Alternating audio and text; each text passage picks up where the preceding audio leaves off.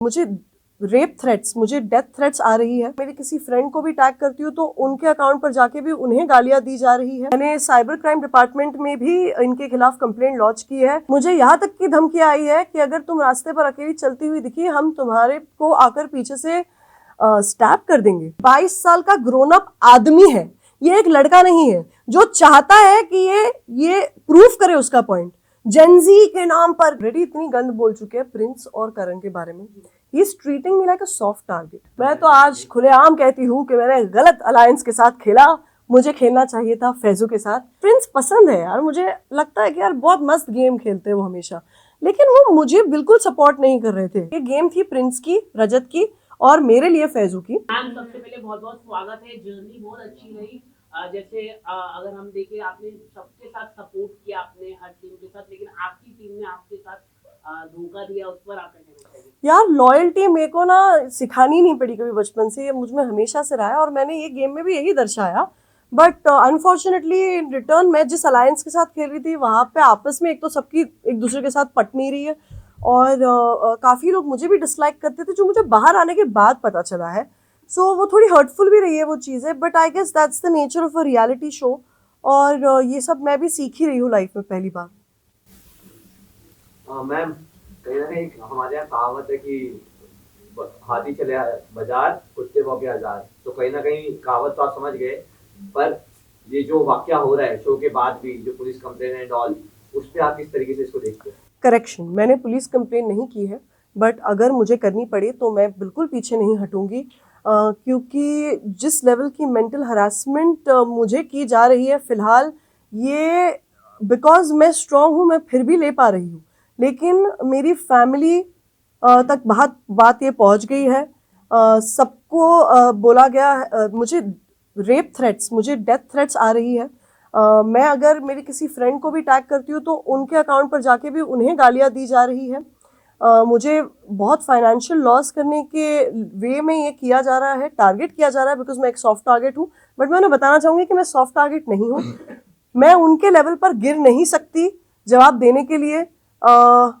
मैं ट्रोलर्स के ऊपर पैसे बर्बाद नहीं कर सकती कि जाओ और जाकर ट्रोल कीजिए। क्यों उनके अकाउंट पर कोई गालियाँ नहीं है और क्यों सिर्फ मेरे ही अकाउंट पर ऐसी सब चीज़ें, गंदी गंदी चीज़ें लिखी जा रही है।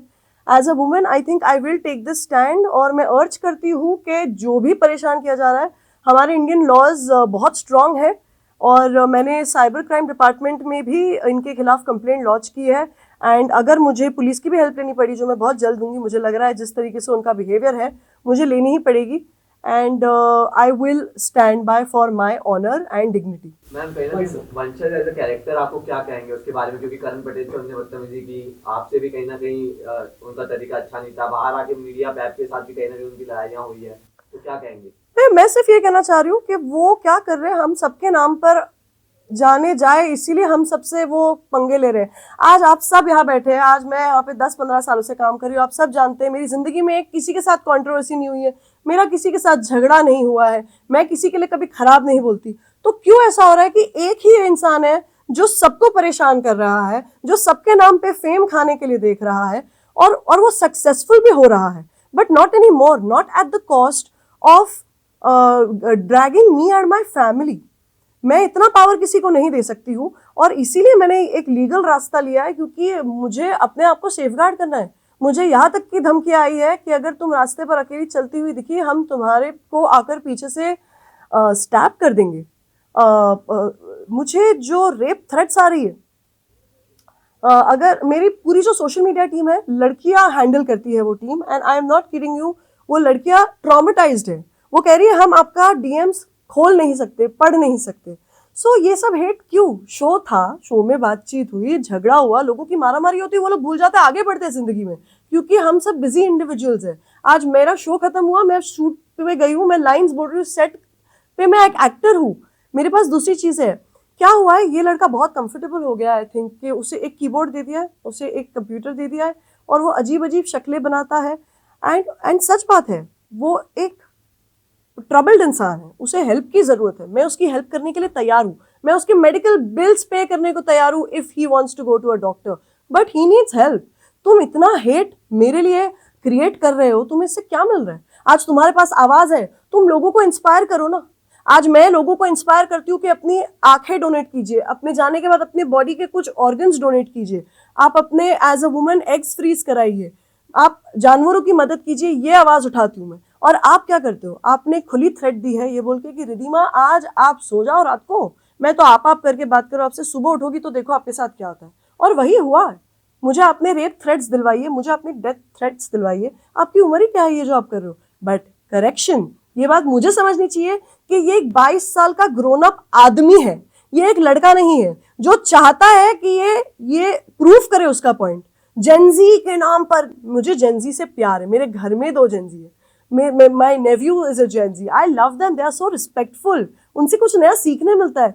लेकिन ये ऐसा जेंजी नहीं होता यार। लेकिन आजकल हम देख रहे हैं रियलिटी शोज में इसी तरह के लोग, उनको बढ़ावा दिया जा रहा है, एंडोर्समेंट भी इनको ही ज्यादा मिल रही है, रील्स भी इनकी कट रहे हैं, तो आप कैसे देख रहे हैं? कोई बात नहीं, मैं 2 रोटी कम खा लूंगी जिंदगी में, लेकिन मैं ऐसी जिंदगी नहीं जी सकती कि किसी और पर कीचड़ उछाल कर मैं आगे जाऊं। और ये जो मेंटालिटी है शायद वो रियलिटी शोज के लिए चलती भी होगी, लेकिन मैं ऐसी इंसान ही नहीं हूँ, यू नो।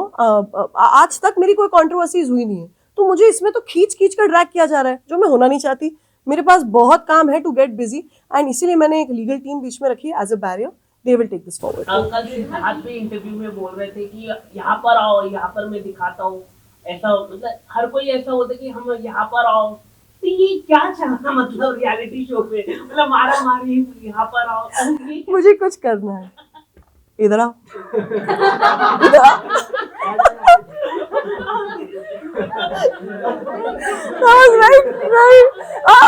नहीं, बट मैं यही बोल रही हूँ कि ये मेरे को तो एक तो समझ नहीं आता, एक बहुत ही फनी चीज है, कल को मुझे किसी से नफरत है, मैं अगर उस इंसान के इतने करीब आ गई ना, एक थप्पड़ तो मैं पक्का मार के निकलूंगी। ये लोग कंट्रोल भी कर लेते हैं, बड़ी मजेदार बात है यार, ये सीखने वाली बात है इनसे। लास्ट टाइम जब हमने दिव्या जी से बात की थी तो उन्होंने भी कहा था कि 60 में मेल एलिमेंट्स थोड़ी ज़्यादा ऐसा पोर्ट्रे किया जा रहा है, दिख क्या रहा है उनके हिसाब से। एंड जैसा आपने कहा रियलिटी शोज का बेस यही होता है, थोड़ा लाउड हो जाना, थोड़ा झगड़ा होना। तो आपको लगता है ये जो आपकी ये जो 22 साल की इन्फ्लुएंसर, नाम नहीं लेना चाहूँगी, इनके साथ जो कॉन्ट्रोवर्सी हुई, इसकी जगह अगर 2 लड़कों में लड़ी होती तो इतना एक्सटेंड हुआ होता है? नहीं, ये बिल्कुल नहीं होता एक्सटेंड इतना। अब हुआ क्या है कि वो ऑलरेडी इतनी गंद बोल चुके हैं प्रिंस और करण के बारे में, he is treating me like a soft target, जो मैं हूँ नहीं। मैं आज भी बोलना चाहती हूँ कि बिकॉज मेरे पास फैमिली सपोर्ट है, मेरे पास फैंस का सपोर्ट है, मेरे पास इतना काम है कि मैं अपने आप को बिजी रख सकती हूँ। यही कोई इंसान अगर अकेला रहता है उसके घर में और उसको आप इतने हेट मैसेजेस भेज रहे हो, वो इंसान को अपने आप को हानि पहुंचा सकता है। ये लेवल का मेंटल हरासमेंट किया जा रहा है मुझ पर, सो इसके ऊपर मैं आवाज़ कैसे नहीं उठाऊँ? तो मुझे सॉफ्ट टारगेट किस लिए बनाया जा रहा है? मैंने सिर्फ अपना छोटा भाई समझ के उसको करेक्ट किया, यही मेरी मिस्टेक है। उसने कहा शो के बाहर आओगी तो मेरी औकात जान जाओगी। जान तो आप सब भी गए जो कैमरा के पीछे हैं, तो मैं तो बहुत ही बखूबी जान गई हूँ। And I really wish him all the best in his life, he is got a lot of darkness and he needs help. कहीं ना कहीं अगर गेम की बात करें हम, गेम में आपको कहीं फील हो कि आपने गलत एयरलाइन चूज कर लिया क्योंकि प्रिंस? यस, मैं तो आज खुलेआम कहती हूँ कि मैंने गलत अलायंस के साथ खेला, मुझे खेलना चाहिए था फैजू के साथ। मैं प्रिंस की ऑनेस्टली, मुझे बहुत प्रिंस पसंद है यार, मुझे लगता है कि यार बहुत मस्त गेम खेलते हैं वो हमेशा, लेकिन वो मुझे बिल्कुल सपोर्ट नहीं कर रहे थे इनिशियली, और मुझे ये समझ ही नहीं आया। एंड इन दी एंड जब मेरे 3 वोट्स बचे थे तो वो वोट्स भी छीन लिए गए। वो मेरे रिस्पेक्ट के वोट्स थे, वो मेरे लॉयल्टी के वोट्स थे जो मैंने विक्रांत जी को दिया है, जो मैंने हमेशा उनके स्टैंड लिया है, रिद्धि एज अ फ्रेंड दिया है, तो वो वोट्स नहीं लेने चाहिए थे to save a player who doesn't even value you. मैंने अपनी लॉयल्टी दिखाई, बट मेरी कोई पर्सनल एनिमोसिटी नहीं है। प्रिंस मुझे बाहर मिलेंगे, मैं उन्हें गले मिलूंगी और बहुत प्यार से मिलूंगी, क्योंकि गेम था, गेम ओवर, मूव ऑन। कहीं ना कहीं 2 लोग का आपकी टिप्पणी जानना चाहूंगा। एक फर्स्ट है कृष्णा श्रॉफ, उनका बिहेवियर आपको कैसे लगा? एंड सेकंड रहेंगे करण पटेल। कृष्णा श्रॉफ का बिहेवियर कैसा लगा आप सभी बताइए, आपको कैसा लगा? पहली बात कि कृष्णा श्रॉफ जो है वो बहुत ही एंटाइटल्ड बिहेव करती है, उन्हें एक सुपीरियरिटी कॉम्प्लेक्स है खुद के बारे में, जो दिखता है, मैं ये बोल नहीं रही हूँ, वरना क्यों ही वो मुझसे मेरे बारे में कुछ बातें करेंगी जब मैं उनसे सिर्फ अच्छी रही हूँ। I have not said anything bad about her, मैं तो उनसे बहुत बातें करती थी, बट उन्होंने मेरे पीठ पीछे, first of all the most important word is पीठ पीछे, अगर हिम्मत होती तो मेरे मुंह पर कहती, पीठ पीछे क्यों वो मेरी बात करी, मुझे क्या बुलाया उन्हें, कचरा। कचरा वो मुझे बुला रही है, पर क्यों? क्योंकि जो एक गेम था वो पिंग पोंग बॉल, अरे भाई एक ग्लास में बॉल फेंकना था, 500 चांसेस मिले आपको, इतना भी नहीं कर पाई, तो वो आपकी शॉर्ट कमिंग है, आप क्यों सड़ रही है क्योंकि मैं जीत गई अगला टास्क। तो ये जो जेलिसी है ना, ये दिख कर आती है, ऑडियंसेस पागल नहीं है। तो जो मुझका कचरा बुलाया, कचरा मैं नहीं है, कचरा शायद तुम ही है, तुम देखो क्योंकि हम सेल्फ मेड है। करण पटेल, भाई करण पटेल, यार मैं तो उनको बाहर से जानती हूँ और मुझे अच्छे भी लगता है करण से मुझे कोई तकलीफ नहीं है, पर सबसे लेजीएस्ट प्लेयर का खिताब अगर किसी को मिलना चाहिए वो है करण पटेल, क्योंकि वो इस शो में आके सिर्फ और सिर्फ सो रहे थे, वो बिल्कुल इस शो का हिस्सा बनना ही नहीं चाहते थे। आई डोंट अंडरस्टैंड क्यों उन्हें खींच खींच कर रखा जा रहा था, it did not make any sense to me. वो स्टार्टिंग से जिस दिन से आए उस दिन से बोल रहे थे मुझे घर जाना है, I think he was missing his daughter and that's a very valid reason, और फिर वो घर चले भी गए, फिर वो वापस आए फुल फेशियल करा के, बालों को आई मीन कलर वलर करा के फुल लाइक मूड में आए, पर फिर किया क्या, सोने के लिए आए, वापस सोए। So what's the point bro, come on play the game man. उन्होंने वंशज को भी चांस दिया अब ऑप्शन क्या था बड़प्पन दिखा के इंसान जाएगा ना यार। कल का एपिसोड आपने देखा जो प्रिंस और अरबाज के बीच जी मैंने उसके वो स्निपेट्स देखे जी बॉडी शेमिंग की वजह से जी। कितना आपको सही लगा वो? बॉडी शेमिंग तो करनी नहीं चाहिए, वो गलत है, अनलेस आपके दोस्त है, आप जैसे कि अब कोई दोस्त में मस्ती मजाक में बोलेंगे अरे चल ये वो चल जाता है, चलो दोस्ती में चलता है, बट ये तो आप फ्रेंड्स नहीं हो, so you should not body shame, that was wrong. और अरबाज को भी मैं यही कहना चाहूंगी कि violence is not the answer, standing up for your loved one सही बात है, बट हाथ उठाकर क्या ही हमने पाया। रशीद ठाकरे ने भी कुछ कहा नहीं था, रशीद ठाकरे ने कुछ बोला ही था। और वो भाईचारा ऑन टॉप में आ गए ना बीच में, है ना, तो अभी एंजॉय फिर पड़ी। लेकिन आपको लगता है इतनी गाली गलौज, मतलब कोई देख ही नहीं सकता हाँ, गाली बहुत गलौज पर आप रह गए। मैं थोड़ा फ्रेम करना चाहूंगा, रियलिटी शोज में कहीं ना कहीं पैटर्न बन गया है क्या कि गाली गलौज करो, वायलेंस करो, कहीं ना कहीं इंस्टेंट फेम मिलेगी, क्या ऐसा है, फेक कर रहे हैं लोग अंदर, वरना बाहर अगर ऐसी लड़ाई या वाकया हो तो वो इग्नोर अब कोई टीवी लगाया कि नहीं, मतलब जब मतलब इतना गाली गलौज होगा तो टीवी कौन लगाएगा? भाई मैं तो वही बोल रही हूँ, अभी मैं वापस नाम नहीं लूंगी, आप लोग समझ ही जाएंगे, एक ऐसे पात्र थे जो हर 2 वर्ड के बाद 4 गालियां बोलते थे, समझ गए ना, ले लीजिए ना नाम, ले लीजिए ना सर। नहीं तो मैं खुद ही सोचती थी कि मेकर्स दिखाएंगे क्या उनका, लेकिन उनको भी मुझसे ज्यादा दिखाया है स्क्रीन पे। So I think you are right, यही पैटर्न चल रहा है, जो जितनी ज्यादा गालियां देगा, जो जितना ट्रबल मेकर ज्यादा है, वो शायद ज्यादा दिक्कत आएगा। अब मैं इस गेम में आई थी खेलने के लिए, मुझे तो मौका ही नहीं दिया, और ये मैं फंस गई अलायंस के चक्कर में। मैं क्लियरली आज भी बोलती हूँ और मैं ही ये हिम्मत रखती हूँ बोलने को, ये गेम थी प्रिंस की, रजत की और मेरे लिए फैजू की, बिकॉज मैं फैजू की फैन हूँ। इफ यू आस्क मी, इसके अलावा अगर कोई जीता भी है तो वो खैरात में जीता है ये गेम। आपको क्या लगता है रजत भी काफी मतलब वोटिंग में भी उन्होंने चेंज किया जिससे 4 जन आउट हुए? रजत है भाई उसमें दिमाग इन चीजों का करने को, और उसके टक्कर का है प्रिंस इस मामले में, स्ट्रैटेजी वाइज दोनों ही बहुत अच्छा खेलते हैं। जैसे कि प्रिंस के बारे में आप बोल रहे हैं, लेकिन प्रिंस की तरफ से लड़कियों को सबसे ज्यादा मौका मिला भी प्रिंस वैसे अच्छे ही है, I have no this thing towards him, Prince respectful वैसे तो है ही।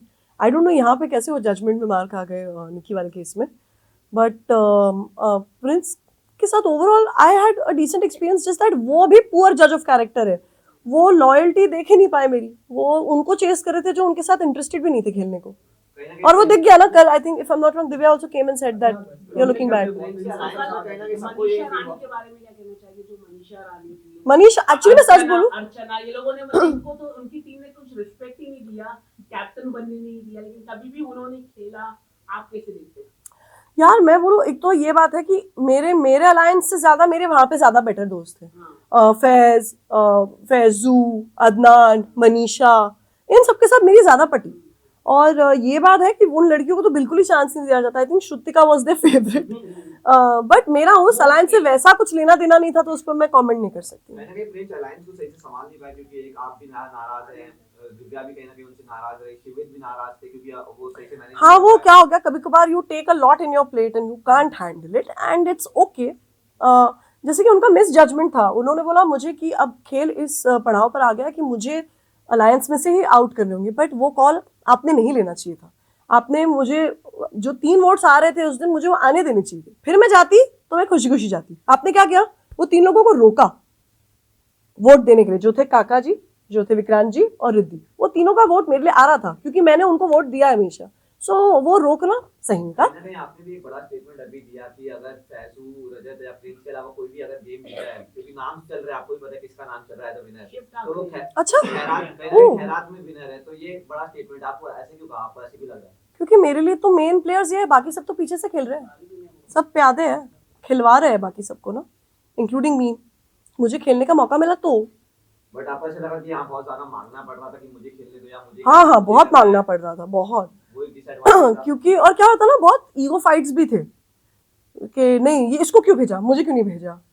तो वो सब चल रहा था, but that's okay, that's a part of the game. मैं उसको पर्सनली नहीं ले रही। एंड एक डिबेट अंदर चल रही थी इन्फ्लुएंसर और एक्टर्स की। एक्चुअली मैं उस डिबेट की मैं पार्ट ही नहीं हूँ, और मेरे सामने वो डिस्कशन नहीं हुआ होता तो मैं क्लियरली बोलती कि I appreciate and love influencers. मैंने कभी उनके खिलाफ कुछ बोला ही नहीं है। I love the way they are working today, they are making a name for themselves, most of them. So मैं तो को एग्जिस्ट करने में बिलीव करती हूँ। मैं उनसे काफ़ी सीखती हूँ, वो मुझसे काफ़ी सीखते होंगे, I am sure. So I have never considered anyone lower than me. तो मैं इस आर्ग्यूमेंट का हिस्सा ही नहीं हूँ, मुझे प्लीज कंसिडर ना किया जाए। बट आप क्या सोचते हो, जो बातें कही बीच में उसमें ऐसी बात चल रही थी कि जो विमेंस है उनके अलग अलायंस बनना चाहिए, विमेंस ही लोग ही खुद ही तैयार नहीं हो रहे थे, तो उस पर आप क्या कहना चाहेंगे? यार मैं तो पहले हट गई उसमें से, उसी पर से मेरा और दिव्या का भी झगड़ा हुआ। हाँ। क्योंकि सिंपल हिसाब है, ये सब में कोई यूनिटी थी नहीं, सब अपने अपने करने पे तुले थे और बोलते हम बनाएंगे गर्ल गैंग, गर्ल गैंग। मैं बोला जाओ भाई बनाओ girl gang, I am out of it, don't count me in. अब जैसे ही मैंने ये स्टेटमेंट मारा ना, प्रिंस समझ गया it's a good time to again win it back. तो प्रिंस ने कहा कि नहीं भाई तुम लोगों की तो वैसे ही नहीं पटती, कहाँ से करोगे। तो मैंने बोला बिल्कुल बिल्कुल सही, आई एम विद प्रिंस। तो उधर से तब दिव्या मुझ पर भड़क गई कि क्या है, हम लोगों का प्लान था, तू पूरा प्लान चौपट करी वाला वाइब था। तो मैंने बोला भाई मुझे जो करना है मैं करूंगी, मुझे कोई डोमिनेट नहीं कर सकता यहाँ पर। एंड हमारा बहुत आर्ग्यूमेंट भी हुआ because I consider Divya a friend, but show में जाकर उनका थोड़ा मुझे कुछ अलग ही रंग दिखा। बट इवेंचुअली वो मेरे पास आई, उन्होंने अपोलोजाइज भी किया and she sorted it out with me, she took the effort, तो मुझे अच्छा लगा। कहीं ना कहीं लास्ट फाइनली आपसे 2 नाम जानने चाहेंगे जो घर में आपको सबसे ज्यादा फेक लगा और रियल बिल्कुल नहीं खिला, और 2 नाम जो बहुत ही जेन्युइन होके खिला आपके अकॉर्डिंग। जेन्युइन है फैजू, और फेक सभी फेक थे यार। कोई 2 ऐसे जो बहुत ही मतलब बिल्कुल पर्सनालिटी के उलट फेक काम कर रहे थे अंदर? सबसे डिप्लोमेटिक अगर मैं कहूँगी तो वो है शिव। वो जैसे वक्त आता था इसके लिए तो एकदम ऐसे उनकी आंखें ऐसी ऐसी हो जाती थी, वो बहुत डिप्लोमेटिक वे में ये कर लेते थे। उनको वो इंटेलिजेंस है कि कैमरा पे कैसे क्या बोलना है, दिव्या को भी वो इंटेलिजेंस है, तो ये दोनों को मैनिपुलेशन पता है इस बारे में। Thank you. तू बताएगा कैसा खेलना।